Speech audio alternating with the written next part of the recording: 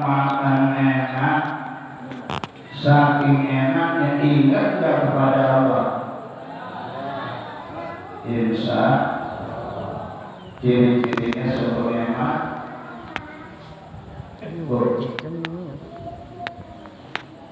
Mau makan baca bismillah.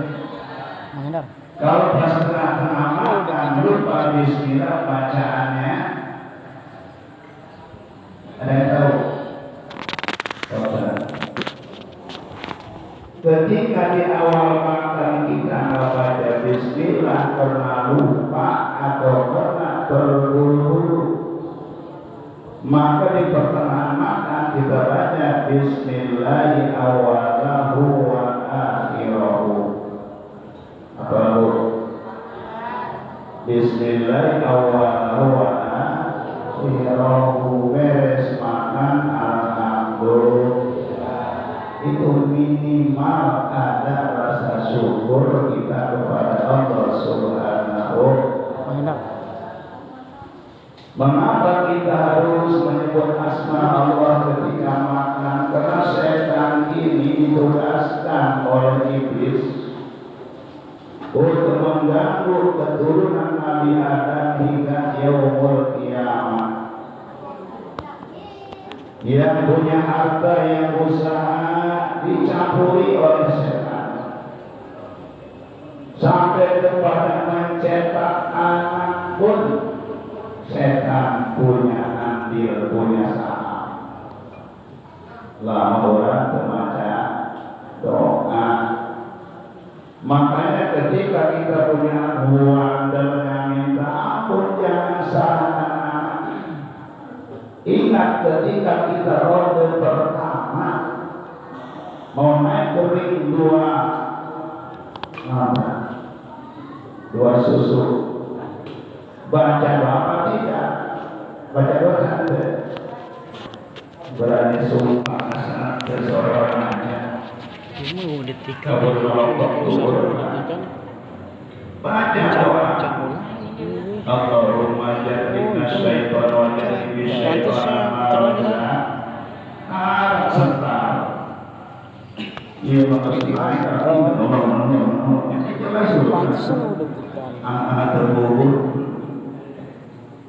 jangan kalau cerdik langsung sadaqallahul azim. Dan sebenarnya memang bapak berarti itu jangan doa baca.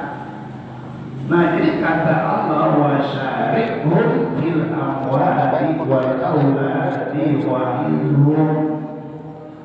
Ketika Allah sudah ada rasa benci kepada hambanya, kata Allah lu barengi itu manusia kan ada keterhadap amwal di masalah orang. Yang kedua masalah anak-anaknya, wa itu bisikkan ke telinganya. Lama diubah penggunaan anu boga pedagang, anu dagang, setan dibisikkan siapa yang awal ulah tidak modalnya. Udah modal 100.000, anu awal 120.000. Sumpah demi Allah ditunaikan modal 120.000. Padahal 100.000 kita harus masuklah propaganda setan. Enak itu. Nggak sampai dah, itu rasa menjadi modal, amunnya campuran dan kajual satu. Kalau demi Allah jangan menang, ditolak kubur, boleh 100 ditawar 110, 120, tetapi pakai sumpah demi Allah. Yang keduanya, ketika kita berhubungan ini dengan istri dan suami, ini setan kalau andai kata kita nggak ingat kepada Allah, maka setan turun numpang di jubur. Meras apa rasa ini kan apakah bulan amat ini? Kalau setan numpang bulan. Ingat kepada Allah Subhanahu wa ta'ala. Nah, kemudian dibisikkan oleh setan ke telinganya manusia. Karena itu sudah ada kontrak dengan Allah, setan akan menggoda manusia sampai hari kiamat. Illa ibadakal mukhlisin, terkecuali hamba-hambamu yang ikhlas karena Allah. Setan tuangin menggoda namun jalan ikhlas. Ikhlas itu bersih hati, berpikiran naon tuh hayang naon, ngajar ngaji teh dibayar. Kemudian ternabutukan popularitas, yang tersebut kiai, yang tersebut abuya, yang tersebut ustaz, mama, kita ikhlas kan. Kalau ketika yang membutuhkan tidak dapatkan, itu tidak ada kelasan karena yang dikejar adalah popularitas. Lihat sedetik pada pas itu kena propaganda. Nah kemudian ketika di waktu sholat setan masuk menggoda anu sholat. Nah sehingga pikiran yang di luar sholat masuk semua ke dalam ranah sholat. Lalu ada sholat yang asuga yang jauh ke ngomong lawan bari di nanti. Termasuk ketika mau berangkat ke majelis taklim, setan halangan di jalan. Cuma ada setan yang bentuknya manusia, ada setan yang tidak kelihatan. Cuma kata Rasul yang paling sangat dahsyat menggoda, mengalahkan adalah setan yang berbentuk manusia. Kalau setan hanya membisikkan, nah kalau manusia itu setan bisa ngomong yang ngaji baik dan buka surga. Ayo baik banget, muanya susah baik. Itu setan yang berbentuk manusia. Nah makanya kita jangan sampai tinggalkan majelis taklim. Maksudnya akidah kita di akhir zaman ini banyak yang ingin membelokkan. Kalau masalah pembelokan sejarah itu urusan sejarah, akidah harus khawatir. Mungkin kita sering mendengar ada oknum menjelaskan kalau tidak percaya kepada Habib kafir. Ia anak kafir ternyata ada di kafir. Maka para musliman para kabar orang yang mengkafir kafir kalau sebabkan dia yang menjadi kafir. Nauzubillah ini ada lagi 70 Habib yang bego, yang tolol, yang gila lebih kuat. Satu hadis yang bego, yang gila, yang mabuk gila lebih utama dibanding 70 kiai Indonesia alim. Coba, nggak usah akidah. Bahkan yang mampu memandangkan api neraka, subhanallah. Itu sudah jelas ini pengakidah sih. Kita jangan melihat dari penampilan dan jenggotnya, akidahnya. Saya tidak benci kepada Habib, cuma ketika pembicaraan yang merusak akidah kita, saya siap untuk mendobraknya. Karunia umat dibodohi dengan akidah-akidah yang merusak. Nah sekarang begini aja, malaikat Malik pada saat Nabi minta agar Idul Adha diistirahatkan sejenak untuk mengangkat umatnya. Langsung Malik bertanya, ini perintah Allah apa perintah Muhammad? Kalau perintah Allah saya nurut, kalau perintah Muhammad saya tunggu perintah dari Allah dulu. Perintah Nabi Muhammad, masa seorang Nabi bisa mendengar? Dari mana judulnya? Si Nabi pernah mau kipi orang hatiku. Ternyata untuk ada iman yang membuka masa semuanya. Ada pada kiai orang membela terus digaji. Ada seorang abu yang per bulan 300 juta jatah dari FPI. Masa saya mau merasakan. Teman saya Ustaz abal-abal 4 juta sebulan dibayar untuk mendakwakan Ustaz kita. Kalau ada, kalau nggak ada, Datuk Indonesia mungkin masih menyebar pohon dan batu berhala, boleh siap. Cara pandai dari subhanallah kuat Indonesia terangkan.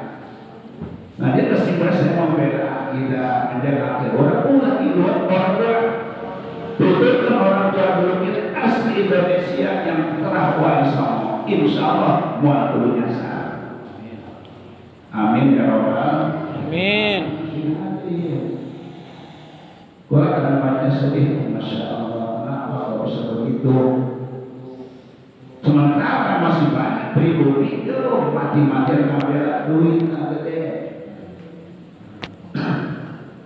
Namanya orangnya orang asa panggungnya orang benar sujud dari ulama kampung dan juga dia benar ke bawahnya ada dewa kenyataan betul. Orang ini kata hari kau materi cuma masuk aja biasa tempat antum dia benar. Wah rasa besar menyasar benar tidak. Pas ada kamar kan ngomong hidup presiden betul wajah bukan wajah impor wajah apa wajah impor astagfirullah macam kami jadi wajah ditambil ini dua benar itu rusak tidak terus kalau ngajar udah orang ngamen gitu ya terus kata ucap besar ngawur merusak akidah umat Islam yang dibina oleh para wali songo, wali kerami. Saya tidak berani komentar dulu, tidak berani karena tidak punya dasar yang kuat yang mau dari seorang teman, mbak itu teman saya dulu di Jakarta, dia bukan nabi, dia suka jualan minyak wangi, minyak karet. Wah, dia ketua jadi imam. Udah imam besar, nggak kalau ceritanya apa sebenarnya? Pak baru muncul benar, bohong kepada itu minyak seni. Wajib imam besar omong, besar bohong, besar dolim. Nyawa benar perbedaannya. Ini ada muakawat muakwasir, gitu. Nah ini kita meluruskan akidah. Nah, dalam peribadahan kita, kata Nabi, ittabi'ul ulama, ikutilah para ulama. Tidak ada kalimat ittabi'ul habaib. Habaib itu adalah ulama itu mau orang Arab, orang Indonesia, orang yatim. Kalau berilmu agama, maka mendapat predikat ulama. Ulama, warasatul ulama, waris para nabi. Paham? Aku berpaham ini kita ulama bahkan ketika Rasulullah di Isra Mi'rajkan Nabi satu kali selama hidup satu kali Isra Mi'raj bertemu dengan hari Habib 70 kali bin Allah bayangkan semuanya mengamnya subhanallah itu namanya salat kita sengaja. Ketika nanya Rasul kepada malaikat Jibril, salam ya Jibril, bagaimana posisi ulama daripada umatku? Kata Jibril, seluruh umatika di dunia wa masabirul akhirah. Ulama adalah pada umat dunia dan penerang di akhirat. Itu kata Jibril. Wali ulama Nusantara bisa dihargai. Bang. Dah pakai kampung dia bodoh. Ini ada ya. Saya masalah udah kalau mungkin los yang bukan lurus dengan tidak. Yang menghibit silakan mau datang emai dapat dengan. Nah itulah sebelumnya tentang mukadimah. Untuk selanjutnya kita masih dalam pembahasan tentang azan dan iqamah. Walau iktasorona adihima dinawi baiki wakin fa'adam awla bihi lamun ijamakan sunanat ay azan aja iqamah. Lamun karawak tulus mepet namun azannya iqamah kabur biarkan waktu utama iqamah bae kalau anu awaladi maka utama azan. Azan. Nah jadi tadi kami bicarakan bahwa sunnah azan dan iqamah bila mana sudah datang waktunya sholat.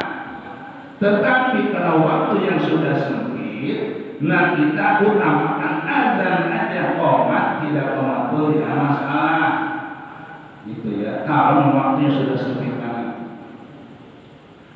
Nah kalau san azan subhin sunat namun suruh dua kali azan diurang maka berlaku ni wajib qabla fajr, yang satu azan sebelum subuh, yang satu lagi setelah subuh, setelah fajar. Pada saat dulu ziarah saya ke Gunung Pring, jam 3 udah ada azan, saya bangun kaget. Pas jalan bangun ada subuh, itu dapatnya ada pertama. Oh, ada pertama. Kalau usia mau pulang ada pertama, bangun SD itu di Gunung Pring ya. Ada 2 kali. Nah, itu setelah masuk waktu subuh ada lagi 2 kali azan. Namun kurang bisa terjadi kalau sholat sendiri saya ngimpi ada jam 3. Nah, jadi sunnah ada 2 kali. Yang pertama sebelum subuh, yang kedua adalah pada setelah masuk waktu subuh. Baiklah sholat pada kalau kita mau satu aja nih. Saya mau pakai azan awal, lebih utama azan yang kedua aja ketika sudah masuk waktu subuh. Nah kalau kita tahu permasalahan waktu durasinya, waktu ribut sama ribut terkait dengan dasar hukumnya. Wa adhanil jum'ah duma pada sultati bil mimbar wa qad qablahu. Nah begitu juga sunnah di hari Jumat ada 2 kali. Seperti orang. Cuma kebanyakan di masjid perumahan ada 1 kali ulahnya ada katanya dalilnya. Kalau yang benar atau Jumat ada. Nah jadi yang pertama ketika naiknya khatib ke mimbar itu halal. Nah kemudian yang satu lagi ketika masuk waktu zuhur azan. Nah setelah azan sholat sunnah qobliyah Jumu'ah. Beres qobliyah azan lagi naikin khatib ke mimbar 2 kali azan. Dina Jumu'ah sunnah azan 2 kali. Yang pertama azan ketika masuk waktu Jumat, yang kedua ketika naikin imam ke mimbar. Nah ini kenapa kok bisa begini? Dulu kan nggak ada, maka oleh Muhammadiyah yang dipakai 1 aja, tidak ada 2. Ini jangan disalahkan. Inna ma'ada Utsman radhiyallahu. Nah, jadi yang mengadakan azan 2 kali Sayyid Utsman bin Affan radhiyallahu anhu. Waktu zaman Nabi doang ketika Utsman bin Affan dia menjadi khalifah maka ditambah azan yaitu 2 kali. Setelah azan yang pertama, imam mulai azan lagi. Apa dasarnya? Lama kasronas ketika jamaah semakin bertambah banyak maka dipakailah azan 2 kali supaya ketika azan yang pertama jamaah kalau sudah masuk waktu Jumat. Nah kemudian istibahil hajat sunnahnya ketika dibutuhkan. Andai kata tidak azan yang pertama juga, ini jamaah sudah kumpul, dosa pakai azan 2 kali cukup 1 kali aja. Andaikan Rasul ketika butuh. Kalau ini azan cuma 1 kali ketika mau menaikkan khatib, ini jamaah nanti masih banyak yang berada di rumah atau di jalan. Maka pakai azan yang pertama itu berjamaah akan berduyun-duyun masuk ke masjid karena mendengar suara azan. sunnah 2 kali. Manakala Rasulullah alaihi seperti kehadiran jamaah ini mendengar suara adzan yang pertama sunnah adzan, lamun dengerin adzan atau ngopi tenang, ngerokok tenang, senang dengan adzan dia, maka berarti disunahkan adzan yang pertama supaya jamaah masuk semua ke masjid, sudah kumpul, baru adzan yang kedua ketika menaikkan imam. Nah kemudian wa'inna asma'a itna berukna, kalau umpamanya ini jamaah tanpa ada awal pun sudah penuh masjid atau cukup 1 kali adzan, maka ketika yang masjid ada sekedar ulah di cap Muhammadiyah nama lain.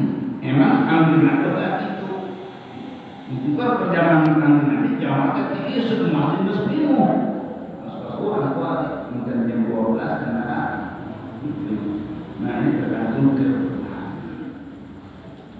wasun aywazina dikurang kapok min sholawatin tawalat dan sunatan cuma 1 kali untuk sholat seperti sholat qadha dan sholat yang 5 waktu wahadiratin dan sholat yang sudah datang waktunya seperti adzan dan suatu dhuhur sholat asar sunat dan cukup 1 kali aja, jangan 2 kali. Wa yuqima likulli minha dan sunnah iqamah untuk sholat dan 5 waktu lebih baik telah mengikuti perlakuan kanjeng Nabi. Wa sunnah iqamah tuli unsan siron wa unsan sunnah qomat bagi kaum wanita dan bencong. Di orang bencong berburu sholat bahkan lah mengamuk umpamanya dia bencong namun orang ibadah butuh sampai 2 karena ada bencong asli sampai 2 orang memang tinggi motor ini yang pernah dengan malu supaya jelas Baik adina bin siron nabi mengenal wanita adzan untuk kaum wanita lagi siron itu kadang keluar akan terlaku puan warna kesampaikan ya akibat modern. Nah di sini baik adina bin siron nabi mengenal seorang wanita adzan untuk ibu-ibu semuanya, cuma suaranya sangat diminimalisasikan, tidak terdengar, itu hukumnya tidak makruh. Aujaron bagaimana kalau ketika adzan wanita sampai keras suaranya harum hukumnya kita adzan. Tapi telah banyak modernisasi emansipasi atau seorang apalagi dengan datangnya Allah suatu sebaiknya ada lebih haram dalam gandeng atau model lainnya. Cuma itu terserah masing-masing urusan di dunia mah, karena dunia mah adalah alam demokrasi, alam ikhtiar, terserah kita. Tapi akhirat nanti alam absurdisme, alam kemurkaan milik Allah, tidak ada satu pun yang bisa mengalami Allah. Disitulah baru ada salah. Di dunia anda ngomong silakan Bapak silakan kalau mau iman silakan, kalau tidak mau kufur silakan. Dalam demokrasi ada, tapi ketika masuk alam akhirat ada asrodisme pilihan yang milik Allah, tidak satu yang bisa intervensi kepada Allah Subhanahu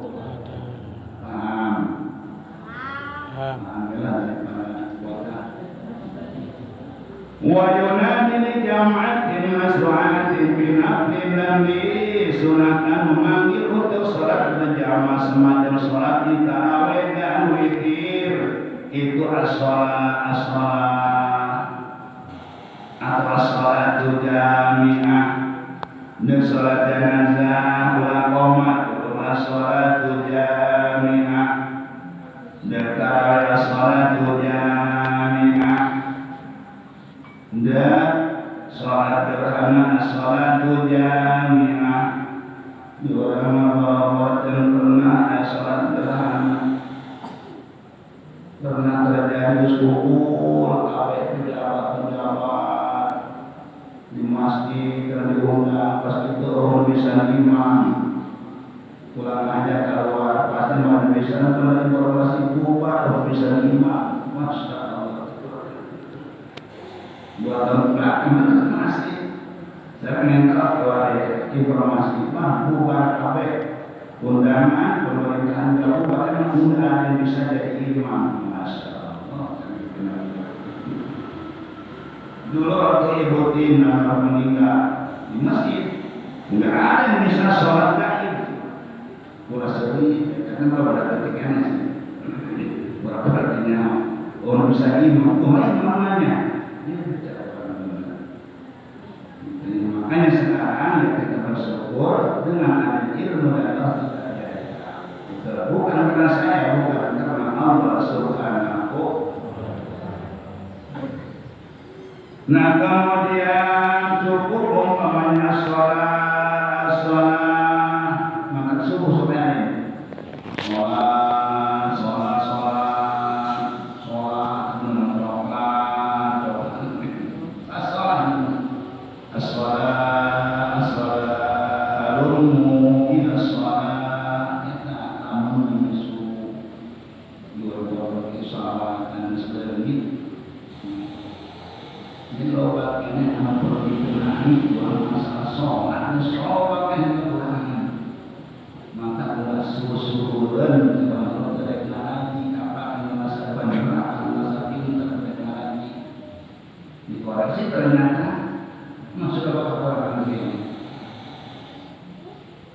dan tidak boleh menggunakan hayya 'alas shalah, boleh sholatin hayya 'alas shalah, boleh sholatin aja hayya 'alas shalah, tidak boleh ada sholatu jami'ah.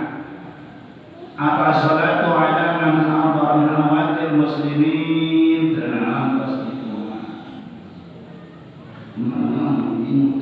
bingung.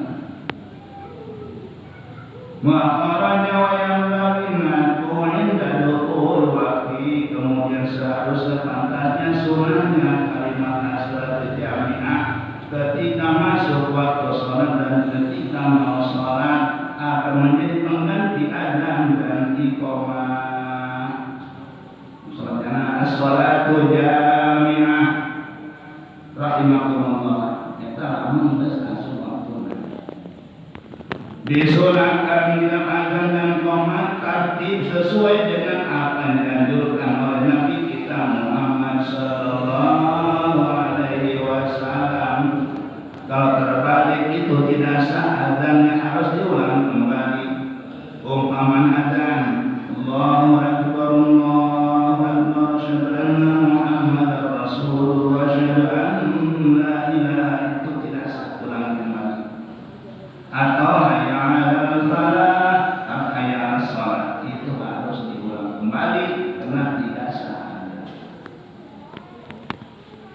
nah kemudian yang berikutnya adalah